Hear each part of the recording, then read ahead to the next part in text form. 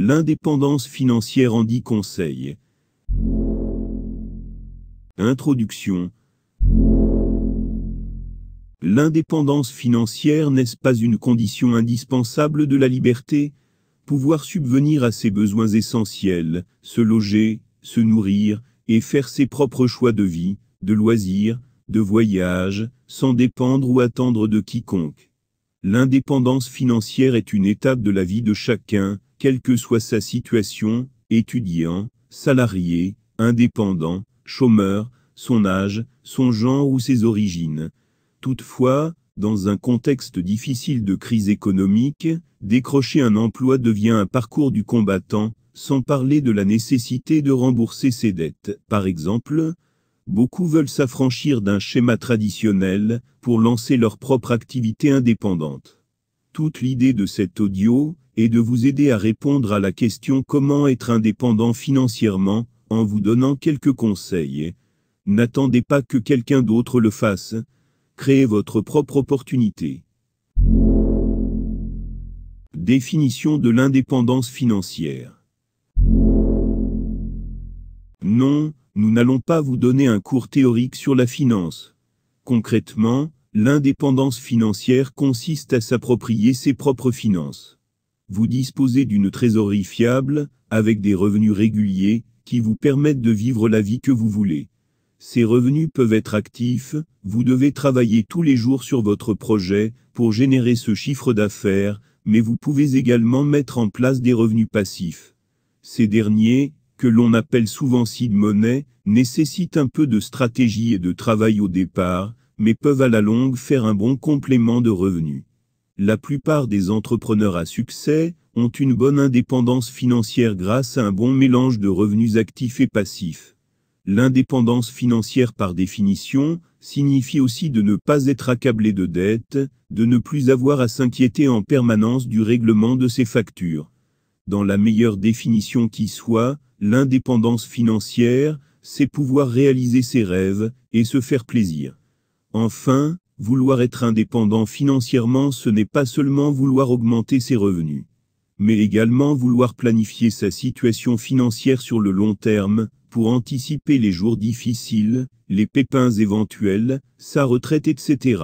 L'autonomie financière passe donc aussi par la nécessité d'épargner. Conseil numéro 1.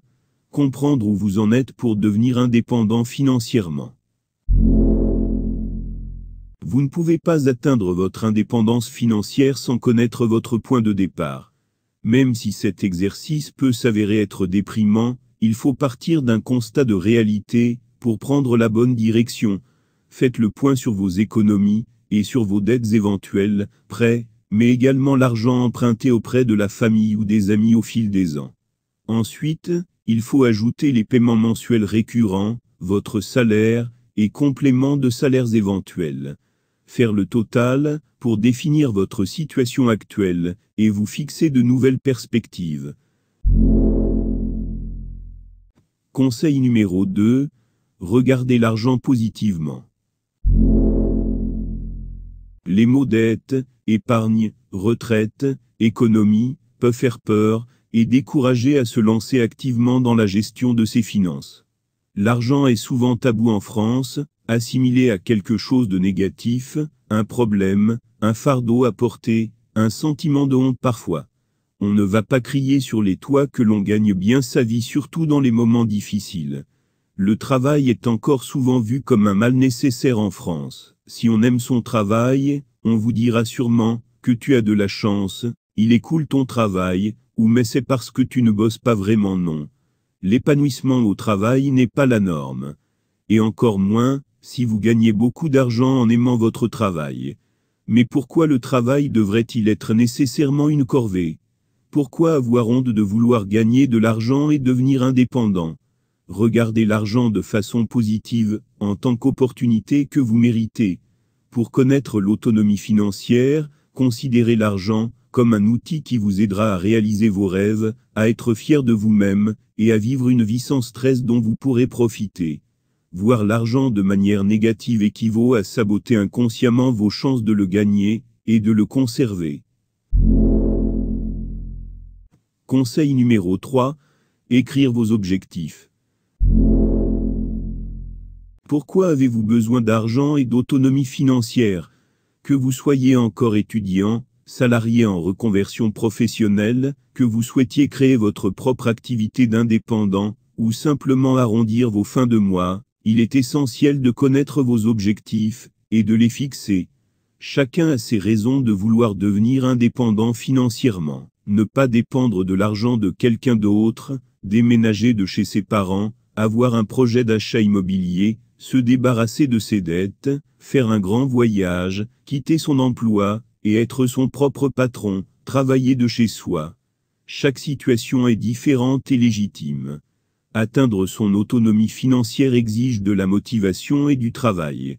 Se fixer un but concret, surtout s'il est attaché à un projet qui vous donne des étoiles dans les yeux, sera votre meilleur moteur. Une fois que vous commencez à gagner de l'argent, à mettre un peu d'économie de côté, vous vous sentirez encouragé. Et que se passera-t-il ensuite? Vous voudrez en gagner encore plus, et vous en donner les moyens.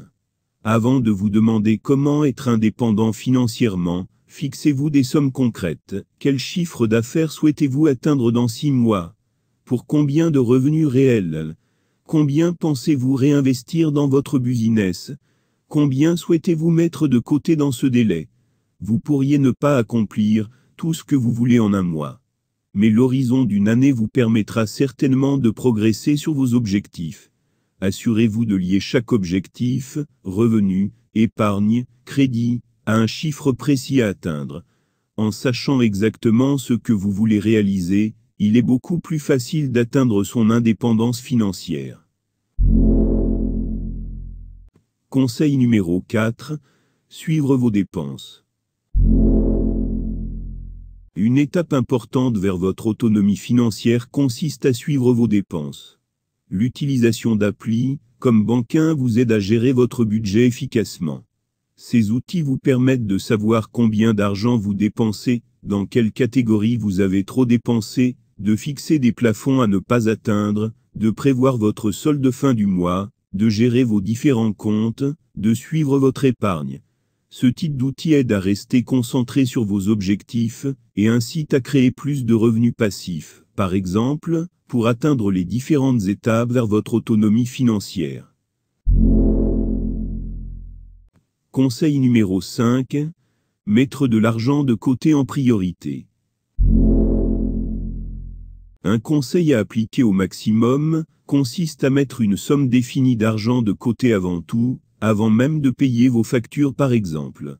Le fait de mettre de l'argent de côté en premier vous aidera à devenir indépendant financièrement plus rapidement. Pourquoi? Chaque mois, invariablement, vous allez mettre de côté la somme que vous vous êtes fixée. Par exemple, mettre 300 € de côté chaque mois. La somme restante ira ensuite au paiement de votre loyer et de vos factures.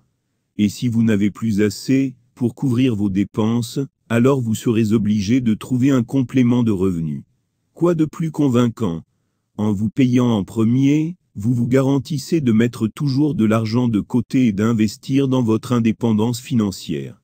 C'est une des techniques de Robert Kiyosaki, dans l'un des meilleurs livres Entrepreneur Père riche Père pauvre.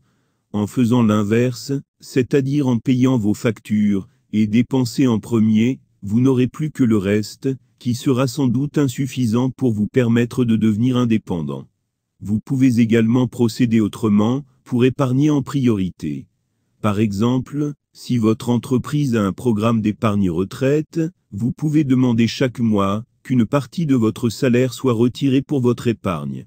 De cette façon, vous investissez d'abord dans vous-même et dans votre avenir. L'argent est déduit de votre paie. Tout ce qui reste est donc de l'argent que vous pouvez utiliser pour vos factures et vos dépenses. Conseil numéro 6. Dépensez moins. En 1958, Warren Buffett a acheté une maison de 5 chambres pour 31 500 $ et n'a plus déménagé depuis. Son revenu net, une somme rondelette de 90,3 milliards de dollars. Il pourrait se permettre d'acheter une maison bien plus grande et beaucoup plus chère. Et si sa frugalité était une des raisons essentielles pour laquelle il est devenu l'une des personnes les plus riches du monde, Robert Kiyosaki au contraire n'a pas eu peur d'investir dans l'immobilier et dans les stocks options. Il repère les biens à fort potentiel grâce à sa connaissance de l'immobilier, il investit en masse en bourse dans des startups à potentiel, pour revendre rapidement, dès que le marché s'envole. Kanye West, en revanche, n'a pas peur de faire étalage de son argent. Il vit dans un manoir à 20 millions de dollars. Suite de l'histoire, avec 53 millions de dollars de dette, il a demandé 1 milliard de dollars à Mark Zuckerberg.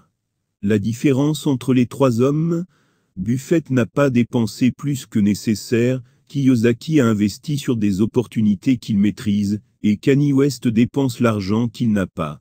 Acheter moins de choses futiles peut en fait vous aider à devenir plus riche. De même que placer votre argent intelligemment, dans des marchés à fort potentiel. Quand on connaît tous ces rouages, en dépensant moins, deux choses jouent en votre faveur. Premièrement, vous aurez plus d'argent à mettre de côté pour votre autonomie financière. Deuxièmement, vous apprendrez que vous avez en fait besoin de beaucoup moins de choses pour survivre, ce qui vous aide également à dépenser sur ce qui compte vraiment pour vous. Conseil numéro 7. De la reconversion professionnelle à l'entrepreneuriat. Dans un contexte économique de plus en plus imprévisible, la flexibilité est aujourd'hui de mise. Le monde change, de nouveaux métiers d'avenir se créent, et des nouvelles compétences sont à acquérir. De plus, chacun aspire à s'émanciper, à donner plus de sens à son épanouissement professionnel et personnel. Ne plus subir et risquer le burn-out. En 2019, le nombre de créations d'entreprises en France a atteint des records, avec 750 000 entreprises créées. En 2020, avec la crise Covid-19 sans précédent, le nombre d'entreprises créées en ligne va exploser, alors que certaines entreprises traditionnelles vont malheureusement être en cessation d'activité. La première raison pour entreprendre, la volonté de devenir indépendant, pour gérer librement ses finances, mais aussi s'épanouir au travail en étant son propre patron. Il existe autant de façons de créer son entreprise que de situations individuelles. Mais pour chacune de ces situations, il y a une solution. Vous êtes salarié en entreprise, et avez peur de quitter votre emploi pour vous lancer dans une aventure individuelle. Sachez qu'il est possible d'être à la fois entrepreneur et salarié, le temps que votre business décolle. Créer son auto-entreprise ne coûte quasiment rien, ni en temps ni en argent, et vous permet de cumuler vos activités diverses. Conseil numéro 8. Tirez parti du digital.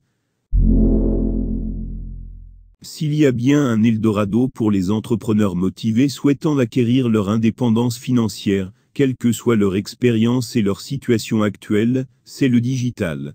La société se digitalise de plus en plus, les entreprises cherchent des compétences numériques, et les ventes se font de plus en plus via le commerce. Le secteur de l'e-commerce est donc particulièrement intéressant pour devenir indépendant financièrement. Vous pouvez également créer une boutique en ligne avec vos propres produits. Ou vous lancer dans le dropshipping, la solution la plus efficace et rapide pour accéder à cette indépendance financière. À condition de bien choisir sa niche produit. Enfin, vous pouvez aider les entreprises à vendre sur Internet, en développant leur site e-commerce, en les aidant sur les différents canaux de vente en ligne, tels que les réseaux sociaux. Les réseaux sociaux, le commerce, l'infoprenariat, le marketing d'influence sont des secteurs florissants et porteurs, pour acquérir son autonomie financière, gagner un revenu à temps plein, ou compléter ses revenus. Attention toutefois, et ce point est très important, il ne suffit pas de savoir utiliser Facebook, Instagram, ou TikTok, pour devenir community manager par exemple. Devenir un professionnel du digital, et de l'e-commerce nécessite beaucoup de travail et d'apprentissage. Nos deux conseils sur cette partie que nous maîtrisons bien. 1. Inspirez-vous de ceux qui ont réussi leur pari, devenir indépendant grâce au digital. Prenons le cas de ces deux entrepreneuses, qui ont construit leur empire avec le marketing digital. 2. Formez-vous au marketing digital, il existe de nombreux cours en ligne, sérieux et spécialisés. Conseil numéro 9. Créer des sources de revenus complémentaires. Pour répondre à la première question, comment être indépendant financièrement, citons quelques exemples d'activités les plus pertinentes, cette année selon votre situation. Si vous tenez à garder votre job actuel, vous allez devoir intensifier vos journées, pour chercher de l'argent en dehors de vos horaires de travail. Enfin, vous pouvez envisager vos sources de revenus de deux manières. Un revenu actif, tant d'échanges contre de l'argent, ou un revenu passif, de l'argent qui continue à rentrer, même pendant que vous dormez. 1. Lancez-vous dans le dropshipping. 2. Devenir rédacteur web en répondant à des missions de rédaction sur les plateformes pour les freelances. 3. Utilisez votre créativité avec le print-on-demande, ou impression à la demande, qui permet de créer des t-shirts ou objets à partir de vos créations graphiques. 4. De la même façon, si vous avez un talent de photographe, vous pouvez vendre vos photos en ligne. 5. Devenir infopreneur. Créer vos contenus, type tuto sur YouTube par exemple, et être rémunéré par votre chaîne YouTube. De la même façon, faites de l'affiliation marketing sur votre blog. Vous pouvez également vendre des e-books, webinaires, ou encore des applications et des podcasts. Conseil numéro 10. Investir dans votre futur. Tout d'abord, il est important d'investir dans le futur de votre business. Si vous générez un bon chiffre d'affaires, ce qu'on vous souhaite, ne pensez pas qu'à votre richesse personnelle. Réinvestissez dans votre entreprise. Le fameux dropshipper Yomi réinvestit 95% de ses gains dans ses business et n'utilise que 5% pour sa vie personnelle. Pour construire un empire et gagner son indépendance financière sur le long terme, il faut d'abord s'assurer que ses sources de revenus soient solides. Enfin, investissez également pour vous-même. Quand on veut devenir indépendant financièrement, on pense d'abord à satisfaire ses besoins immédiats et essentiels, puis à pouvoir s'accorder des loisirs et du temps, se lancer dans de nouveaux projets. Toutefois, il ne faut pas oublier que l'avenir peut nous réserver de mauvaises surprises. L'année en cours, avec le Covid et la crise économique qui s'ensuit, est un exemple malheureux de cette imprévisibilité de l'avenir. De la même façon, on ne peut pas prévoir les accidents de la vie, les dettes, mais on peut prévoir de se préserver de leurs dégâts. En bref, grandir et devenir indépendant financièrement, c'est aussi savoir mettre de l'argent de côté et le placer pour devenir indépendant et le rester, quoi qu'il arrive. Conclusion. Devenir indépendant financièrement, ce n'est pas seulement se lancer dans une nouvelle activité tête baissée, en espérant que l'argent coule à flot, et vous permette de vivre la vie de vos rêves. Oui, les rêves sont les meilleurs moteurs de motivation pour avancer dans votre quête d'autonomie financière. Mais atteindre son indépendance financière dépend aussi, pour beaucoup, de votre discipline et de votre méthodologie. Il ne faut pas avoir peur des grands mots, comme dette, épargne, placement financier, retraite, mais les regarder comme une opportunité pour vivre la vie de vos rêves et investir dans votre avenir. Suivez nos conseils, faites le point sur votre situation actuelle, sur vos besoins réels, fixez-vous des objectifs chiffrés, épargnez en premier, et vous ne tarderez pas, petit à petit, à voir des changements apparaître. Enfin, l'indépendance financière passe aussi par la réinvention de son parcours, se former à de nouvelles compétences, flairer des opportunités, créer son entreprise, bref, entreprendre pour et par soi-même. Nous sommes là pour vous aider et vous conseiller. N'hésitez pas à commenter cet audio avec vos questions et à partager vos astuces pour devenir indépendant financièrement.